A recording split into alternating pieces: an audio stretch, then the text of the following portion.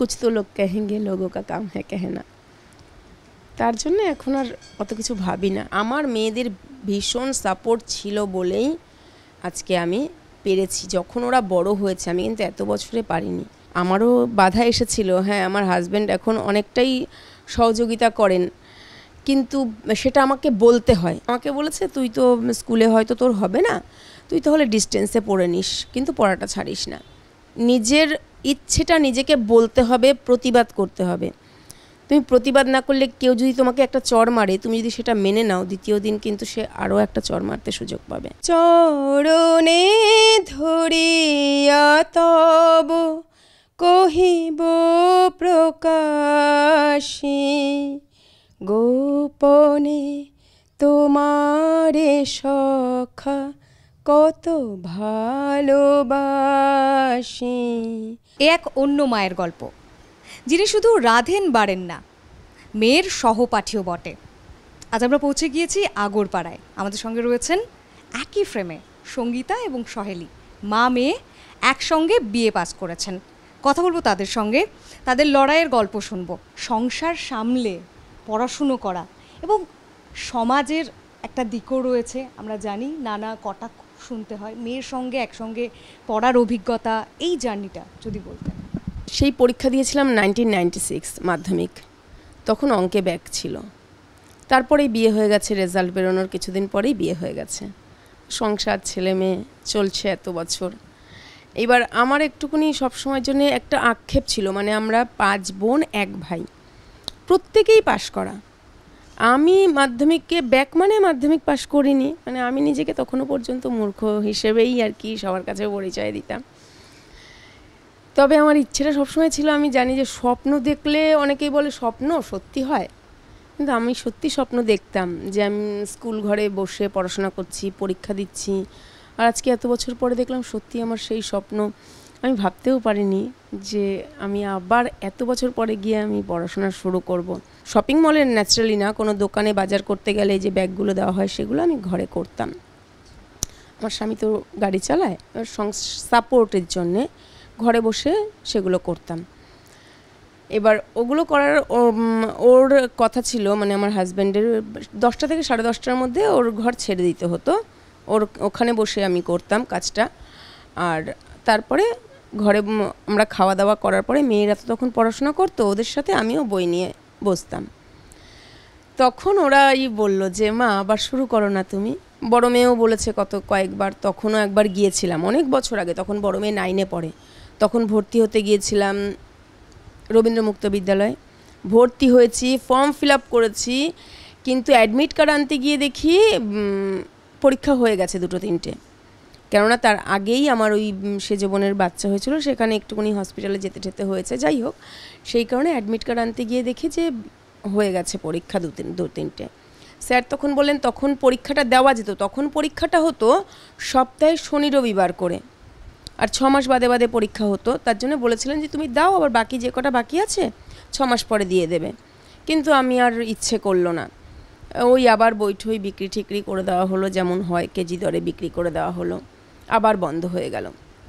ছোটো মেয়ে যখন মাধ্যমিক মানে 10-এ উঠেছে, তখন আবার ছোটো মেয়ে আবার বলল, আমারও কি ইচ্ছে করলো। তার থেকেও বড় কথা হলো ওই সরকার থেকে যে করাচ্ছিল না, উৎকর্ষ বাংলা থেকে বিউটিশিয়ানের কোর্স, নার্সিং কোর্স, আমি নার্সিং কোর্সের জন্য গিয়েছিলাম, কারণ বিউটিশিয়ান তো এখন ঘরে ঘরে। নার্সিং কোর্সের জন্য গিয়েছিলাম, সেখানে মাধ্যমিক পাস ছাড়া, আমি বলেছি যে আমার কাছে রেজাল্ট আছে, কিন্তু পাস ছাড়া তো সার্টিফিকেট হয় না। বলছে না, সার্টিফিকেট না হলে হবে না। ওই সেই দিনই বিকেলবেলা গিয়ে আবার আমি ভর্তি হলাম রবীন্দ্র মুক্ত বিদ্যালয়ে। তারপরে সেখান থেকে কমপ্লিট করলাম। এটা 2019-এর ডিসেম্বরে আমাদের পরীক্ষাটা হয়েছিল। আর এই এখন নতুন সিলেবাসে এই পরীক্ষা, যেই বছর থেকে আমি পরীক্ষা দিয়েছি সেই বছর নতুন সিলেবাস থেকেই শুরু হয়েছে। যার কাছে আমি কোচিং করতাম সেই ম্যাম বলেছে যে অন্যান্য স্টুডেন্টরাও ছিল আমার মেয়েদের বয়সী, তাদের বলেছে তোরা স্কুলে গিয়ে ভর্তি হবি, আর আমাকে বলেছে তুই তো স্কুলে হয়তো তোর হবে না, তুই তাহলে ডিস্টেন্সে পড়ে নিস, কিন্তু পড়াটা ছাড়িস না। আমাদের পাশেই একটা স্কুল আছে নন্দনগর আদর্শ উচ্চ বালিকা বিদ্যালয়, ওইখানে ওকে ভর্তি করিয়ে আসার পথে আমি গেলাম স্কুলে, ম্যামের কাছে বললাম যে ম্যাম রবীন্দ্র মুক্ত বিদ্যালয় থেকে পাশ করা কোনো স্টুডেন্ট কি আপনার স্কুলে ভর্তি হতে পারে? হ্যাঁ পারে। কারণ তিনি কিন্তু এজেড, এমনকি বিবাহিত, মানে বিবাহিত এছাড়াও এজেড। বলছে কত বছর বয়স? আমি বললাম তখন 40 বছর বয়স। এবার উনি কাউন্সিলে ফোন করলেন, কাউন্সিল থেকে পারমিশন দিয়েছেন, তার জন্য উনি ভর্তি নিয়েছেন। এইবার কিনা আমাকে চুড়িদার পরে, মানে স্কুল ড্রেস পরে যেতে হবে। স্টুডেন্টরা যারা আমার সহপাঠী, ওরা সবাই তো আমাকে প্রথম থেকেই সঙ্গীতা তুই, যেমন ওরা আর কি অন্যান্য স্টুডেন্টদের সাথে কথা বলে। আর আজ থেকে তো আরও 5 বছর আগের কথা বলছি, তখন আরও অনেকটাই আর কি আমাকে এসে লাগতো। আর দিদিমণিরাও ভীষণ হেল্পফুল ছিলেন। আমার কোনো বই খাতা কিছুই কিনতে হয়নি, খাতা তো সরকার থেকেই দিত 6টা করে। আর বই বাংলা ইংলিশটা স্কুল থেকে দেওয়া হতো, আর বাকি বইগুলো দিদিমণিরাই প্রোভাইড করতেন। এমনও হয়েছে যে লকডাউনে অন্য কোনো স্টুডেন্ট না, এমনি আর কি দিদিমণিদের যেরকম অ্যাটেন্ডেন্স দেওয়ার জন্য যেতে হয়, আমাকে ডেকে নিতেন যে সঙ্গীতা আসো।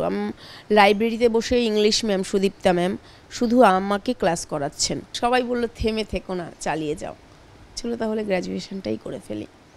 ভর্তি হলাম মেয়ের সাথে। আমি আমার মতো কলেজ করতাম, কারণ আমার বাড়িরও তো একটা টেনশান থাকতো। আমি যখনই কলেজ শেষ হতো, অফ পিরিয়ড কীরকম, হয়তো আমার একটা ক্লাস হয়েছে, তার মাঝখানে কিছুটা গ্যাপ আছে, আবার পরে ক্লাস আছে, তখন কলেজে থেকে যেতাম। কিন্তু যদি ক্লাস শেষ হয়ে যেত তাহলে আর আমি কলেজে থাকতাম না। সংসার সামলে কিভাবে পুরোটা করলেন? একটু সকালে উঠতে হয়, উঠে স্নান করে পুজো দেওয়া, তারপরে ঘরের রান্না, মেয়ের অফিসের জন্য রেডি করে দিয়ে তারপরে কলেজে বেরিয়ে যাই। সকালে ওরা আর কি পরে এই আমার পরীক্ষার পরের থেকে বা আমার যখন কলেজ না থাকতো তখন সকালে পড়তে আসতো। গান তো সপ্তাহে একদিন, তবলা ক্লাসও সপ্তাহে একদিন, মানে তবলা শিখি না, ওই গানের সাথে সঙ্গতে বসতে হয়। সঙ্গীতা নামটা একটা অনুপ্রেরণা, সংসার সামলে, মেয়েদের সামলে, তার সঙ্গে গান, নাটক, টিউশন পড়ানো, কিছু করে আপনি বিএ পাশ করেছেন, ও এত ভালো মার্কস নিয়ে। কি বলবেন যারা এরকম স্বপ্ন দেখে নিজের স্বপ্ন পূরণ করার জন্য, হয়তো বয়স হয়ে গিয়েছে বলে, সমাজ কিভাবে নেবে এই সমস্ত ভাবনা থেকে, হয়তো কোথাও গিয়ে একটা দ্বিধাবোধ থেকে এখনো হয়তো আটকে আছে, তাদের উদ্দেশ্যে কি বার্তা দেবেন? সমাজ তো সবসময় বলে, ভালোর থেকে বেশি বলে খারাপটা। সমালোচনা তো সবাই করে। একটা গান আছে না, হিন্দি গানের একটা কলি, কুছ তো লোক কহেঙ্গে লোগো কা কাম হ্যাঁ কেহেনা। তার জন্য এখন আর অত কিছু ভাবি না। সমাজ যেটা মানুষে করবে সেটা তো বলবেই, যেটা না করবে সেটাও বলবে। দিয়ে অকারণে অযথা কারোর সাথে তর্কে জড়াই না। কি হবে তর্ক করে? যে যেরকম সে সেরকমই থাকবে, তাকে তো আমি বদলাতে পারবো না। তাই এরকম মানুষের সাথে তর্ক করে লাভ নেই। কি বার্তা দেবেন এমন মানুষদের উদ্দেশ্যে যারা আজও স্বপ্ন দেখে, হয়তো কিছু একটা কিন্তুর জন্য কে আছে? স্বপ্ন দেখলে তো অবশ্যই সেটা পূরণ করার চেষ্টাও করতে হয়, নিজের ইচ্ছে থাকলে সেটা চেষ্টা করতে হয়। আমারও বাধা এসেছিল, হ্যাঁ, আমার হাজব্যান্ড এখন অনেকটাই সহযোগিতা করেন, কিন্তু সেটা আমাকে বলতে হয়। নিজের ইচ্ছেটা নিজেকে বলতে হবে, প্রতিবাদ করতে হবে। তুমি প্রতিবাদ না করলে, কেউ যদি তোমাকে একটা চড় মারে, তুমি যদি সেটা মেনে নাও, দ্বিতীয় দিন কিন্তু সে আরও একটা চড় মারতে সুযোগ পাবে।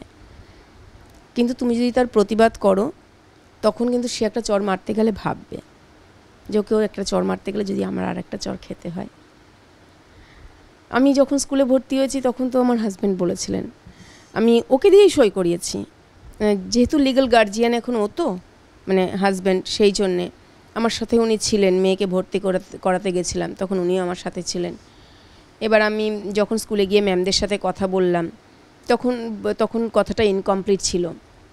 আমি তো ম্যামকে বলেছি, যাই হোক, উনি তখন বললেন যে তাহলে ফর্ম তুলে নিয়ে যাও, যে ভর্তি হবে তাকে নিয়ে এসে পড়বে। স্কুলে যখন উচ্চ মাধ্যমিকের জন্য ভর্তি হলাম, এবার আমি বললাম, ম্যাম আমিই ভর্তি হব, আর আমি এখন এখানেই যদি ফর্মটা ফিল আপ করে, আমি সব ডকুমেন্টস নিয়েই বেরিয়েছিলাম, ওর ডকুমেন্টস নিয়েও বেরিয়েছিলাম মেয়ের, আমারটাও নিয়ে বেরিয়েছিলাম, আমি যদি এখনই এখানে ফর্মটা ফিল আপ করে ভর্তি হয়ে যাই। বলছে হ্যাঁ, আমি তখনই সেখানেই সেই মুহূর্তে, কারণ আমার হাজব্যান্ড যেহেতু গাড়ি চালানো সবসময় পাওয়া যায় না ওকে, তো গার্জিয়ানেরও তো সই লাগবে, কলেজে তো গার্জিয়ানের সই প্রয়োজন হয় না। এবার আমি তখনই ওখানে ফর্ম ফিল আপ করলাম, ওখানেই টাকা জমা দিলাম, ডকুমেন্টস জমা দিলাম। এবার আমার হাজব্যান্ডকে ডেকেছি, হোক সই করে দিল। বেরিয়ে এসে আমাকে বলছে, এটা কি তুমি ঠিক করছো? কেন, আমি কি চুরি করছি? এমনিতে এত কিছু করতে পারি, কারণ আমার হাজব্যান্ড সবজি বাড়িতে যতক্ষণ থাকেন সবজি কাটা, মাছ মাংস এনে ধুয়ে দেওয়া, এইসব মাছ হেল্প করেন। নিজেদের লোকের একটু সাপোর্ট ভীষণ, আমার মেয়েদের ভীষণ সাপোর্ট ছিল বলেই আজকে আমি পেরেছি। যখন ওরা বড় হয়েছে, আমি কিন্তু এত বছরে পারিনি। যখন মাধ্যমিকের জন্য যাচ্ছি সেই সময় ওর বাবার আপত্তি ছিল, মেয়েরা বলছে যাও না তুমি মার সাথে, মা তো তোমাকে নিয়েই যাচ্ছে সব জায়গায়, তো অসুবিধাটা কোথায়। ভীষণভাবে আমার বরের থেকেও অনেক অনেক বেশি আমার মেয়েদের সাপোর্ট ছিল। এখন হয়তো আমার বর সাপোর্ট করছেন, কিন্তু প্রথম প্রথম সাপোর্ট করতেন না। ভীষণভাবে আমার মেয়েদের সাপোর্টের জন্য আমি আজকে এই জায়গায়। নিজের ইচ্ছা চেষ্টা তো থাকতেই হবে, আর তার জন্য হার্ডওয়ার্কও অবশ্যই করতে হবে। আর একটু সাপোর্ট হলে তাহলে কি পথটা একটু সুগম হয়, আর না তো ভীষণ কঠিন হয়। কতবারও ভেবেছিনু আপনা ভুলিয়া, তোমারও চরণে দিব হৃদয় খুলিয়া। কতবারও ভেবেছিনু আপনা ভুলিয়া।